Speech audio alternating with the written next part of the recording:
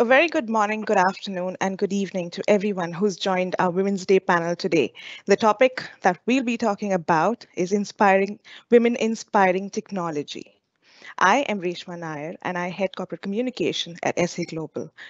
With me today on the panel, we have Cecilia Zhang from China. We have Olya Gakovic, who's the head of Serbia, SA Global, and we have with us our Chief Operating Officer, Caroline Miller. Every year, we tend to focus on the topic women in tech or women in leadership. However, this year, we've picked a topic that delves slightly deeper into the main topic, which is, of course, how women are shaping technology, how women are inspiring others to move to technology and work with tech. So, without taking much of your time, let me hand this session over to Cecilia, who will introduce herself and probably hand the session over to Olya. Thank you very much, Reshma. Hi Thank you. everybody. It's great to be with all of you. I am Cecilia Zhang. I am born and raised in China, and right now I live in Shanghai. I am a millennial with about 6 years of working experience. So my major back in the university was finance, but I realized that that was not something that I really like. So in the past 6 years, I've tried a lot of different kinds of jobs, ranging from administration, project management, sales, marketing, and communications. So my last job was a marketing manager in China of a multinational company in the area of biotechnology. And personally, I had a very special experience that connects me to the topic today about gender equality. I joined an organization named the World Academy for the Future of Women in my university. So that organization focusing on cultivating young women as future leaders. So in this organization, I learned a lot about leaderships, and we put those things into action immediately into a community service project. So in the university that I have founded a project named HIV/AIDS awareness. So that's a project helping, family have AIDS, and at the same time also teaching university students to, protect themselves. So with all those experiences, it really gets me, passionate about the topic of social equality. And I'm very happy to be here to talk about it today with other two very accomplished women in the world of technology. And right now, I'll hand it over to Alia to introduce herself. Great. Thank you very much, Cecilia. Hi, everybody. Very happy to be on this panel today to celebrate this important date for us. My name is Olya Gakovic, and as Reshma mentioned, I'm leading the sa.global Serbia office. I'm the country manager. Actually, I never think about myself as a woman in technology, to be honest. I think about myself as someone who is passionate about business growth, passionate about people development, and passionate about technology. I have about 25 years of experience in IT or linked to the IT industry. I started my career in San Francisco Bay Area, in Silicon Valley, working as a market research consultant for major IT companies. And during that period, I really developed this passion for technology. So when I decided I want to enroll into an MBA program, I needed to find one that is specialized in IT industry. During my US-based career, I was a witness of a internet era, the startup boom and the dot-com boom, as they called it back then, which actually inspired me to be innovative myself. So I came up with a portal at that time that was a new word used, portal for managing international projects. This was back in 2000. This was very successful. I managed to sell it to one of the consultancies I worked for. So I realized I have to stay in technology. This is what I'm passionate about. So when I moved back to Serbia, I stayed in the IT industry because that was actually the time when the IT industry was booming here. I led a French startup developing a product, which included lots of software developers and testers, after which I joined a German IT consultancy firm, also building up teams from scratch to up to 60 people in various technology roles. 2 years ago, I joined sa.global as the country manager. We now have about 80 dynamics consultants. And in fact, I'm very proud to say that about 60% of these dynamics consultants are female consultants. And two of my major teams are led by two fantastic women. Joining sa.global as a woman leader, I've certainly benefited enormously from the support and patronage from a strong woman leader like Caroline Miller. And I feel she paved the way for me here at sa.global and for others who work in this organization. So I just wanted to thank you, Caroline, for that. Thanks, Olya. Thank you, Olya. It's really interesting to hear yourself and Cecilia speak and about different generations and how things have moved on. And also in the office just this week, I see our early careers program kicking off here in the UK. And it's so inspiring to see the young women joining our organisation. So my background is probably slightly different, obviously slightly older than Olya and Cecilia. I was born and raised in the UK. And when it came to the time of making my careers choices, we were recommended to make a careers choice that would give us a good job, but also let us have flexibility to stop work, return to work after having children, work part-time. So I chose to go down the route of becoming an accountant and training to be an auditor. As it turns out, for me personally, it was an incredible choice. It turned out to be a really portable career.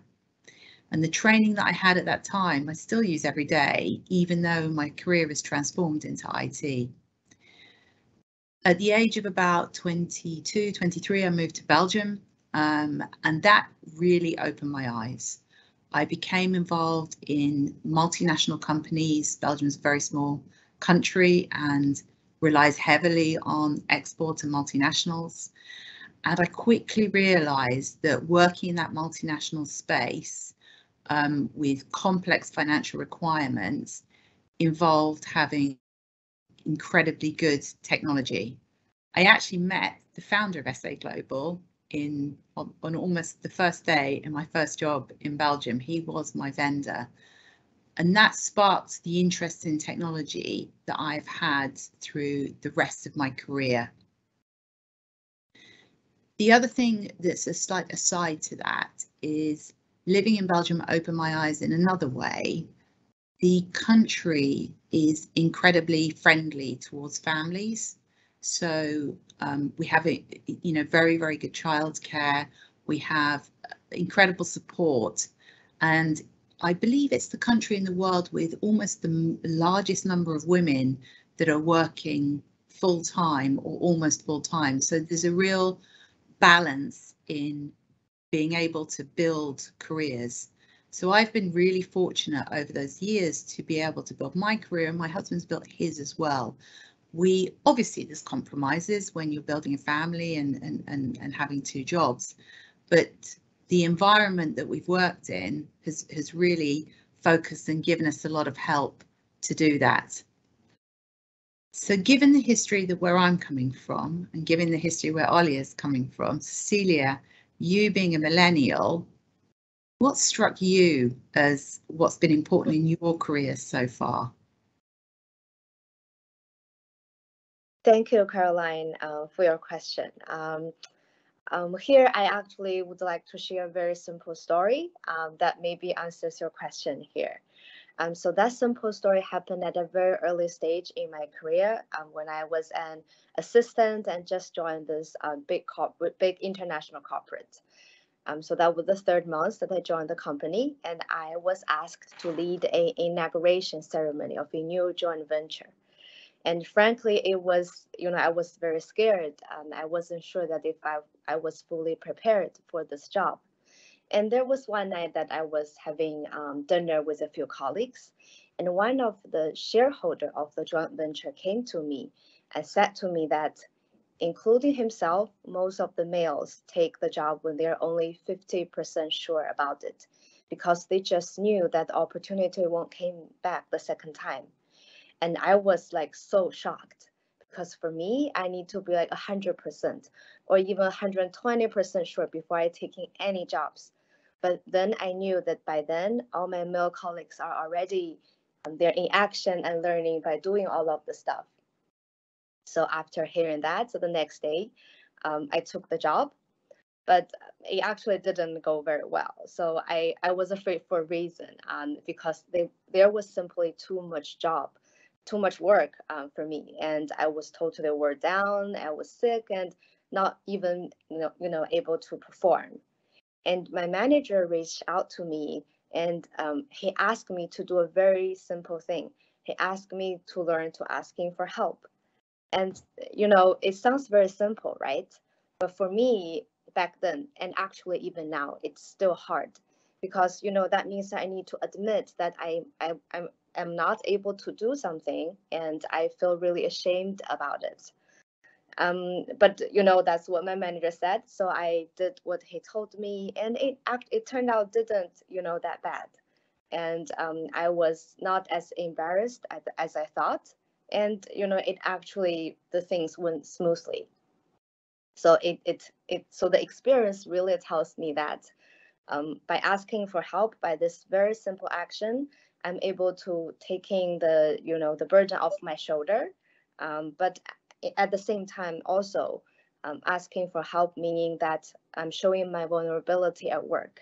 And it's a very good way to build trust, and also help me to build strong relationship in my career. So eventually the things went smoothly, and my skills were recognized by my managers, and I got a job of project coordinator a year after.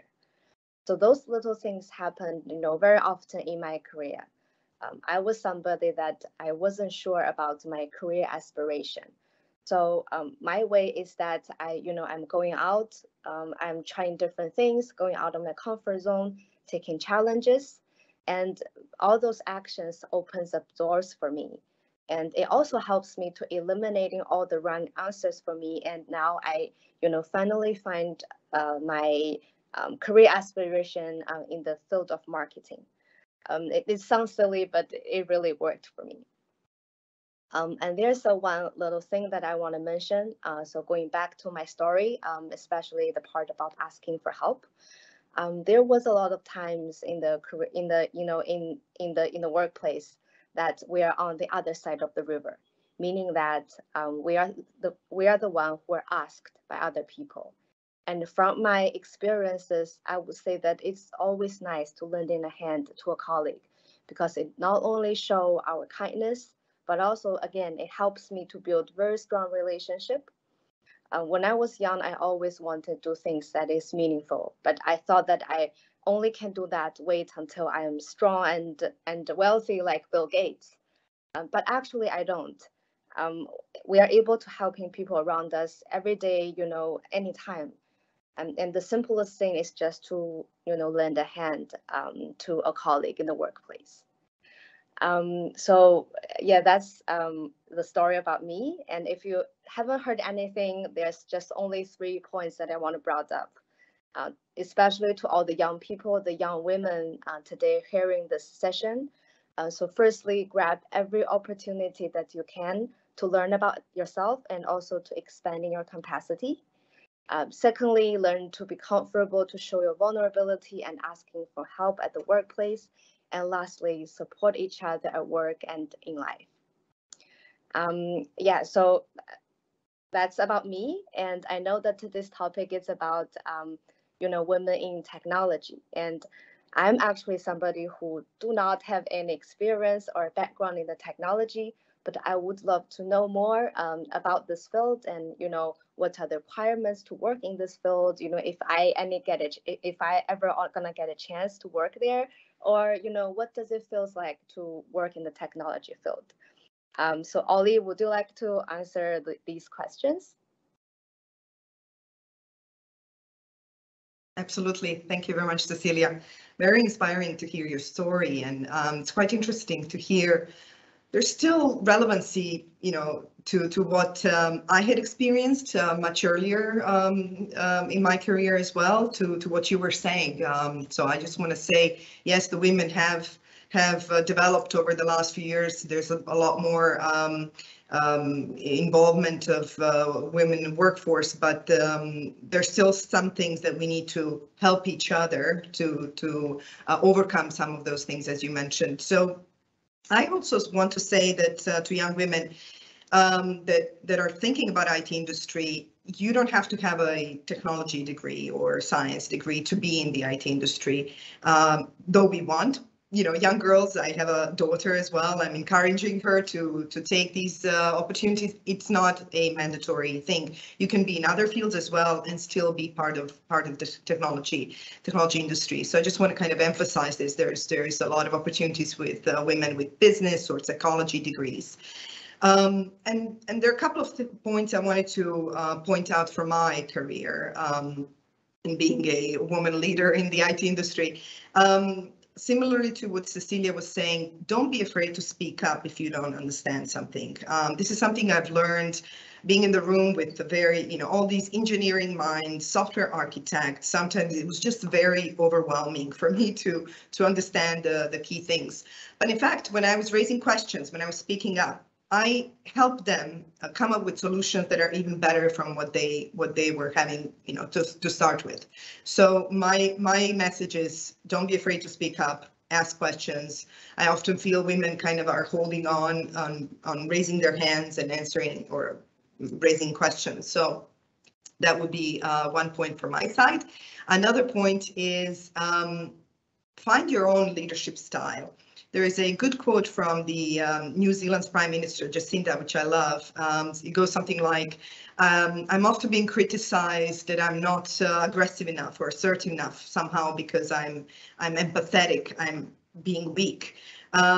And she refuses to stand by this. I feel the same way. I refuse to follow the same patterns that men do, or that I need to be somehow this person that is strong always with harsh words, sitting on a pedestal and giving orders. I found my own leadership style. I feel that I can be empathetic, I can be compassionate, and still be a great leader. So this is a message number 2. Find your own way to lead. Find your own way to do your work. You don't have to do it the same way others do. The third point I wanted to say is we are seeing an increase of women in technology fields. That's for sure, especially in Serbia. Here, a lot of young girls are entering universities with technology degrees, which is fantastic. We see that through our applications that we receive. But there has yet to be an increase of women leaders, I would say. This is a message that I want to say. The women need to feel encouraged that they can take that leadership step. They can go for that next career step. They shouldn't be afraid, especially in the IT industry. It's not a problem that you lead a group of 80 men or a mix of people. You know, if you feel like it, I would say go for it. And sa.global, in fact, is one of the rare companies which supports that kind of career path. Not only do we have Caroline as the CEO, but there are a lot of other women leaders as well in our organization. Our CFO is a woman, global financial controller is a woman, 2 other country managers are women. So this is, to be honest, one of the rare companies I've worked with where I'm not the only woman in the group. So very, very thankful, very inspired to be surrounded by all of these great women around me. Caroline? Yeah, I agree, Olya. I think sa.global has provided and still continues to provide a really great environment for everybody to work in. You know, to be clear, I was one of the early employees, but I absolutely was not the first woman. There's been women in sa.global from day one, and that's, I think, really helped shape the style and the business that we are today. I want to reflect on 2 points, I think. What we hear a lot about are women in the boardroom, and clearly we're still in a minority. In my case at sa.global, I certainly don't feel that I'm the token woman in the boardroom. I absolutely feel that I'm there, I've earned my right to be there, I'm allowed to be there, my voice is heard. And that's incredibly important, because obviously we don't want a tokenism way of working. We want to, just work on our career the way we want to. I think there is a note of caution there.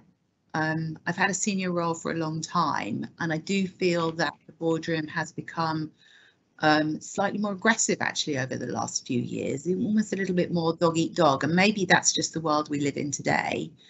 A few years ago, a lot of what we did was partnership based. You'd build a relationship, and women were really excellent, I think, in those circumstances. Not to say that other people aren't, but it is something we excel in. And in this more sort of aggressive place that we're in, it is slightly harder to shine. And I felt that during the pandemic, where we, in a traditional face-to-face meeting place, we would use body language, we'd look around the room, we'd use expressions to sort of have a control and a way of talking to people. That, of course, has been lost to some extent in the world of Teams. So what we have to have done during the pandemic is we've had to learn to become verbally much stronger. It's taken me a while actually to say, in this sort of board environment, even at sa.global, that's so women friendly, to be honest, to say, actually, I don't really like the way that we've said that. Could we do it slightly differently? Obviously we want to present alternatives and positivity, but it is something that we've had to learn. And I think all of us are still going through that learning. We mustn't underestimate what that's been. So that's really talking about the boardroom experience. That, as Olya said, I really hope that our webcast today will inspire all of you listening to want to achieve that type of career. But, we don't have to. I think it's incredibly important that on the ground, that the people that want a good job, an interesting job, they want to specialize in something, they want to contribute. A lot of all of us, a lot of our careers are in that space. There are very few stratospheric advances to the boardroom for either women or men. It's a long, slow, sort of a slugging match. Basically, we have to get there. But actually, where I'm incredibly positive, it's just in the general career space. My children are grown up. If I look around their friends, all of the women around them have got great careers in, hugely diverse areas. And I like to think that we have got to the point where the circumstances are there, that we have those choices to have a good job and want to do what we want to do and make the most of where we want to be. The opportunity for choice for our future is something that I'm hugely positive about, and I've seen so much change in that during my career. I don't believe that there is or should be any woman today making a career choice on the basis that my career choice was made. What career shall I have on the basis of what can I do to take time off to have kids at some point in the future? I think that time has gone. So I think we're going through time here quite quickly. I just want to go, I think Reshma, I believe there's one or two questions. Caroline, we have quite a few questions have come in, and I think, we should be taking a few of them.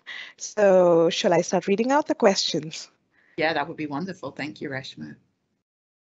All right, so we have a question where they're asking us, in what way do you recognize the different approaches and soft skills that women use to lead and make projects successful, right? Probably, I believe what's being asked here is what kind of, different skill sets or soft skills would women need?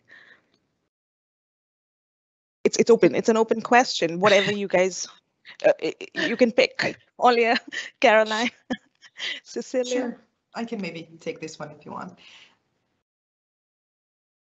Go ahead. Yep. Am I? On. Okay. The soft skills I would say that the women naturally bring to the table are exactly what I was talking about, a little bit of that more empathetic approach, more compassionate, more people approach, not just transactional type of approach to leading. I think women are now also tend to generally be good at organizational skills, and they just kind of balance things out when they're in the room with everybody. The different perspective, just that generally women bring, thinking from different sides, is always useful, kind of in that boardroom or any other, room. Then what else? Soft skills. I think, I mean, this applies to both women and men. Communications are so important. I can't say that that only applies to women, but it's an extremely important soft skill to have good communication.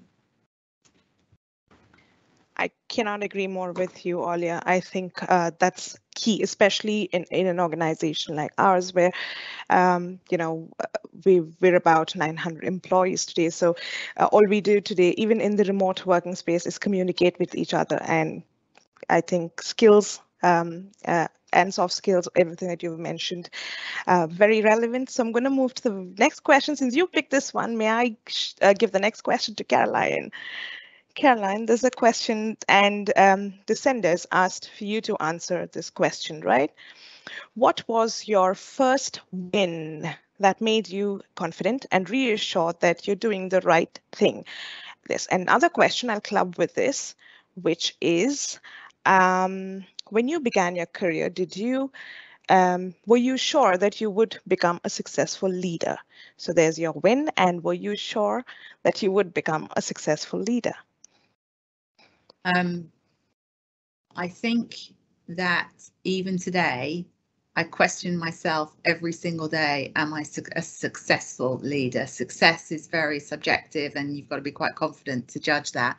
And I think it's important that we do judge ourselves on a day-to-day basis. I like to think that I'm reasonably successful. I've got a really brilliant team around me, and I like to think that they work with me well. So hopefully I am a successful leader. But when did I know that? And when did I start to think that I could be that? I think it developed over time for me. I think I can safely say, to Cecilia's point, actually, although I've worked for the same organisation for many years, I've just taken the opportunities that were there. I've learnt new products, I've worked in different industries, I've worked with different customers, I've taken different roles. And I think that breadth of doing different things naturally has given me a background that's helped me lead in different situations. So for me, it's been something that wasn't premeditated. It's been organic, an organic growth, and I think that's quite important, that we accept that that's the way things are. Does that answer those questions, Reshma, in a reasonable way? Yes, it does. Thank you, Caroline. And moving on to Cecilia, there's a question for you. Is there a woman in your life, either professionally or personally, who has been a huge inspiration? If so, who and how? Yeah, that's a very good question. I should say there are many of them, and I cannot list all of their names one by one, but there's one who named Jerry Uberly. So she was the founder of the organization that I just mentioned, the World Academy for the Future of Women. So she founded this organization in order to help cultivating young women leaders. And for me, actually, I was somebody who are from a small town, and all my parents want for me is to, work in the bank and have a stable job in my hometown.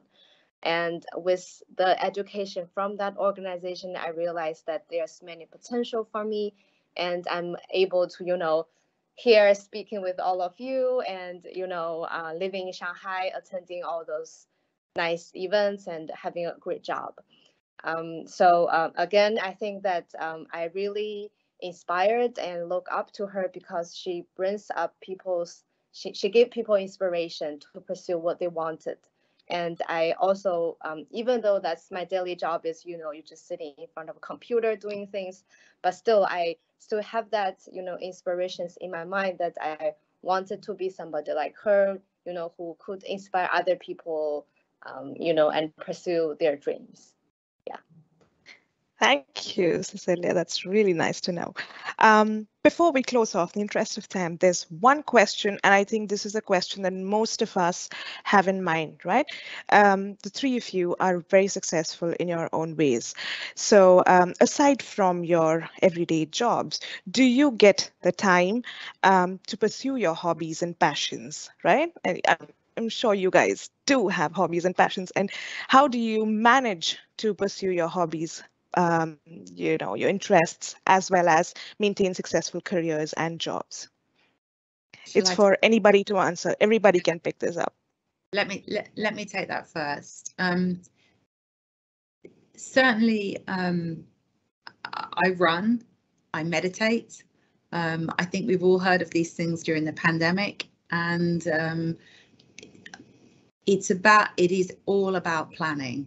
I actually have my runs and breaks planned in my agenda during the day to actually get those things done.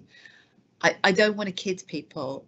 There is a certain level that you arrive in a career where we're actually trying to pursue all of those things at the same time. It does become challenging, but it is possible to have balance, and it is possible to work through all of those things. But the things that I did in terms of hobbies probably 15 years ago, I have to be honest, today there are slightly less, but it's great. I mean, it provides, the running in particular provides a huge balance in my life. And I just want to be clear, I'm not a good runner, but it's something that it's really important to me. That time and space away from a laptop and outside is just huge. Thank you, Caroline. Olya, would you want to tell us how you manage? You said you have a daughter. So how do you probably manage their interests, their hobbies, your hobbies, and of course, such a successful career? Yes, of course. I have two kids, actually, teenage kids.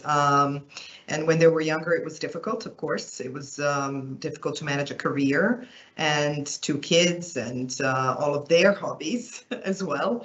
But I would say with the good organizational skills and the good time management skills, I managed to do it all, and without my career suffering at that time. Now, these days, maybe I was inspired by Caroline, but last year I also joined this running club. I started running. I was not a runner at all. I was always into other sports, but running was something I hated. So I joined the runners club. So from 400 meters running, now I'm running 14 kilometers, which is for me a great achievement. And I also block that time in my calendar as well. That's the only way to organize it that way. Wow, that's fantastic. Okay, that's a note I'm going to make.